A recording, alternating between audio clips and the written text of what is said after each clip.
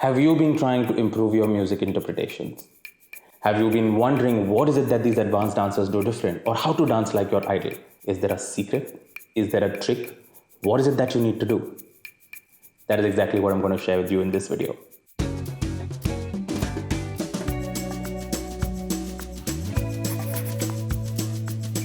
What's up guys, this is Vineet Bangera from Dance Central, and on this channel we give you a lot of information regarding partner dancing, and on some days we give you hacks and tricks that really improve your social dancing experience. So if you are here on my channel for the first time guys, consider subscribing. I will also be leaving the timestamps in the description if you feel like jumping through the video or referencing them in the future. So guys, in today's video I'm going to share with you 5 tips that are really going to help you improve your music interpretation while dancing. Now before this you need to know 2 important concepts. One is that there is something called as musicality, which means we talk about everything and anything about music only, like the bars, the beats, the tempo, the phrases and all of that other information. Second, there is something called as music interpretation, which means now that you have all the knowledge regarding music and its theory and concepts, what to do with it? Now as a dancer, let's understand one thing very clearly. The difference between a good dancer and an excellent dancer is his or her ability to interpret music, not his or her ability to understand music. There's a difference. Now please don't misunderstand me here. I'm not saying that the knowledge of music is not important. I'm saying that that knowledge alone is not enough to become a good dancer or take your dancing to the next level. A lot of dancers spend time understanding music and its theory, but very few of them make an effort in understanding its application. What do I mean? Let me explain to you in simple language.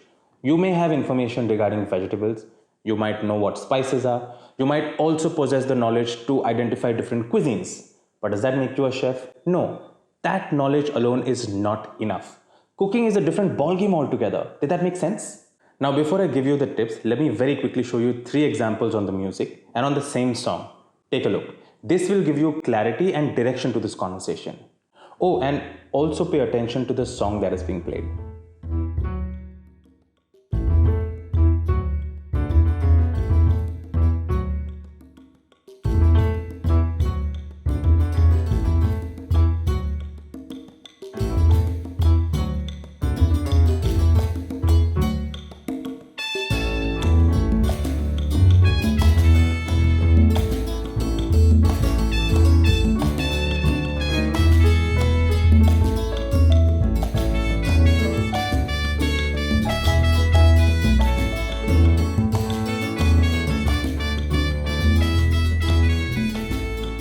As you can see in the video, there was just too much going on in my dancing. Many intricate steps and a lot of intricate musicality too, but absolutely irrelevant. The music had a very relaxed feel, but I doubt you were feeling relaxed looking at it. The steps gave you very little time to breathe or even process the feel of the song. Now, does that make me a bad dancer? No. But looking at the video, do you feel the music? Unfortunately, a big no. Anyway, let's look at option 2.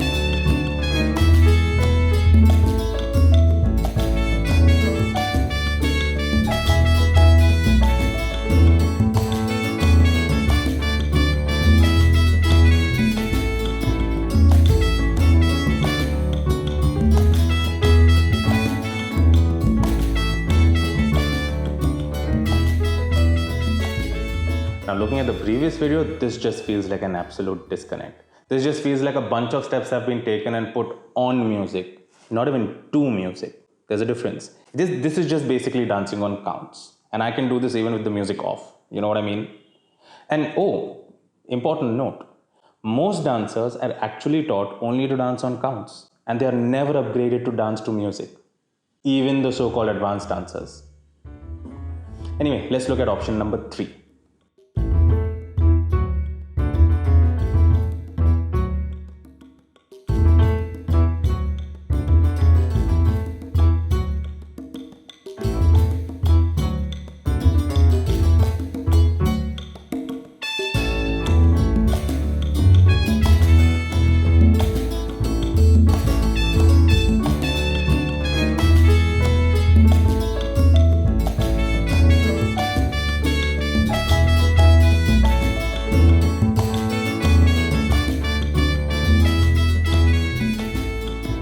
as you see in this video, guys, I decided to keep things very simple. Why? Because it was the beginning of the song. Therefore, I allowed my dancing also to gradually take pace. Is that making sense?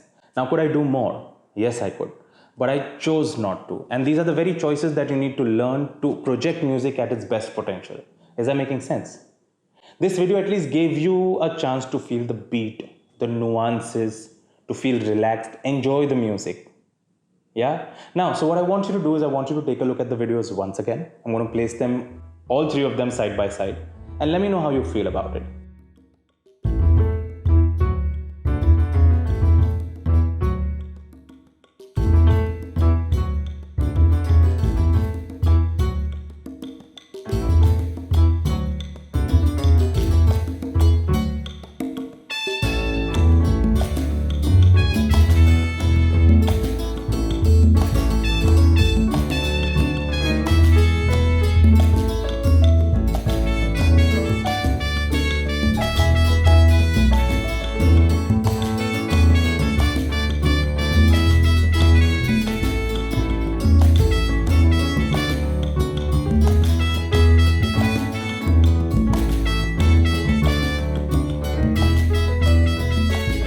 So now that you have clarity on what is and what could be, let's dive into our 5 tips. But before that, guys, I want to make a very special mention to the track that I just used. It's a copyright-free track, and I got the opportunity to download this from a YouTube channel. It's called One Stop, and I'll put the link in the description. Feel free to explore that channel for other copyright-free music if you are one of those who makes YouTube videos. Yeah. Now, guys, I know a lot of time has already passed, but the tips that I'm going to give you would not make sense if you did not know how to apply it. Yeah, so I hope you see the importance of the discussion so far. So let's quickly dive in. So tip number 1, just because you can hear all the beats doesn't mean you have to interpret it. Now this is crucial, guys. Now you may be somebody who can hear all the different instrumentations in a song, but that doesn't mean you have to interpret everything. Now simple logic that you can use is that every song tells a story. Every music piece tells a story, which means there has to be an introduction, there will be a body, there will be a drama, and there will be an outro. Now there is a technical explanation to this, guys, but like I said, I'm trying to keep my language extremely simple and logical. So if you are somebody with zero knowledge about the architecture of music, then all you have to do is understand this logic and then apply common sense to it. So since your music is going to tell a story, your dance also needs to tell a story. So it all depends upon which section of the music you are in. And accordingly, you will make your choices. Now, how far can you go? How deep can you go? What is okay? What's not okay? Yes, but a perspective that will really help you understand this clear is like this. If you decide to start your intro over here, then you have the skill set to take your drama, your body, and your outro at this level. But if you don't have that skill set, a very simple or a easy way to look at this is to start your intro here, which means with less effort, your body and your drama can look here. And that's the way you can make a smart choice. Hopefully that made sense. So tip number 2, guys, is for you to understand the difference between instrumental music and music with vocals or lyrics. The first thing you need to know, guys, is that music always comes first. Dance is secondary, which means dance is nothing but an extension of music. Therefore, it's very important for you to understand what kind of message or story the music is trying to say. Now, in case of an instrumental track, it's very easy. The storyboard is open. You are allowed to interpret it the way you like. But a good choice to make here is to try and understand what the vibe of the song is. Is it a sad song? Is it high energy? Is it funky? Is it romantic? And based on that, you choose choreography and steps that best represent it. But it is still important to tell some sort of a story. And the best part is that in this case, the story is going to be yours. Now, in case of music that has vocals or lyrics, the story is that of the singer. So the only thing you need to know is look up the lyrics, translate if needed, see what the song is trying to say, and then start using steps that best represent the song. You know, it's like me saying that you have to speak about history and then you start talking science. Is the knowledge of science wrong? No, but it was just bad choices and bad application. Where there was history needed, you said science. You know what I'm trying to say? So it's very important for you to develop the right choices and the right habits. Oh, and speaking about habits, very recently I posted a video on 5 habits that you must develop to progress fast in class. So if you haven't seen it, consider taking a look. What I'll do is I'll put the link in the description, or you can just click the I button on top and you'll get the link. So guys, tip number 3 is that you study music. Now, those of you who've taken lessons with me before, you already know how deeply I emphasize the study of Latin music. You have to know that there's a huge difference between listening to a song and hearing a song. Just because your ears are open doesn't mean you're listening to music. So while you spend enough time understanding the construct of Latin music in general, I also encourage you to just listen to songs and different music just for the sake of improving your knowledge about the song or just for knowing the song in and out. Does that make sense? Like knowing what the song is saying, what the vibe of the song is, what the instrumentations are, what the flow is, where the pauses are. When you start listening to music in this particular way, what I call as targeted listening or with a purpose, you will develop a very important skill set. That is for you to be able to spontaneously preempt the song.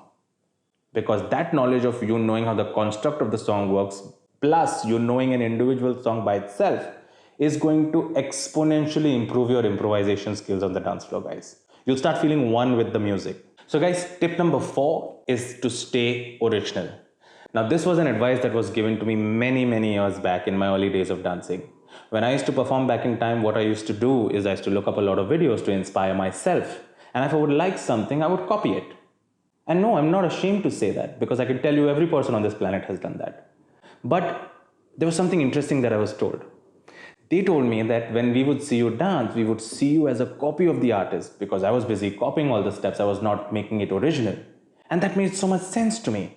The problem was never in copying the information or inspiring yourself from other videos. The problem was not taking that information and all that knowledge which was learnt, labored and copied and twisting, turning it and making my own. And that's where the actual growth is. For you to make something new and fresh. Imagine someday somebody walks up to you and tells you that there's a dancer that looks like you. How flattering would that be? But if you are busy working hard and trying to look like somebody else, you're robbing yourself of the opportunity to be you. There are so many times I see students look exactly as the carbon copy of their instructors. And that is not good progress. Alright guys, down to the last tip. Tip number 5 is to respect the pause. Now this is a very difficult concept to master, guys. To respect the pause or to dance to silence. And in fact, a lot of dancers don't even know about this concept. So the way I'm going to explain to you is this way. First, you learn how to dance on counts. Then you learn how to dance on music. Then you learn how to dance to music. And finally, you learn how to dance to silence or to respect the pause. And you know what? Most dancers are generally stuck on dancing on music, which means basically put the music on and then dance on counts. And it's not their fault. It's just that they did not know. And that is the whole intention behind this channel, guys, is for me to try and share as much as I can, the experience that I've had and the growth that I've had. Now, the question arises, how to do it? Unfortunately, guys, there is no secret ingredient to this. It's basically a byproduct of all the topics that I've covered so far. When you skill up and when you master all the other concepts that we've spoken about, you automatically learn how to respect the pause or dance to silence. Now, when you're in that space between stimulus and response is where the magic happens. And the reason why I'm bringing this up as a separate point is so that you should know that this is also something you need to explore. So over time, when you make the progress, you should not feel clueless or lost about how to move ahead. Make sense? So guys, time for the pro tip. My biggest advice and suggestion to you is to look back at the history of music, of a particular genre that you're trying to study, where it came from, how it evolved, how it has changed over the years. What this does is it starts adding meaning to your dance. It creates intent, and that's very important. So guys, before I close this video, I just want to sum this up by saying that at some point, everybody gets good with musicality. They're able to hear everything by either studying the music or spending enough time familiarizing the music. But to develop your craft and then to use your tools and your facility to project music via your dancing, that's where the magic happens. That is why when you see dancers like these, you are left with just emotions at the end of it. And the best way to say this is that excellent dancers do not show you their moves. They make you listen to their dancing. So guys, I'm very curious to know if there is any particular tip or topic that has resonated with you and has added value to you. Please mention down in the comments below. I'm looking forward to know your thoughts. Also at this point, you will notice that there are some of my previous videos that will appear on your screen. You can check them out by tapping or clicking them. Until then, see you guys in the next video. Peace.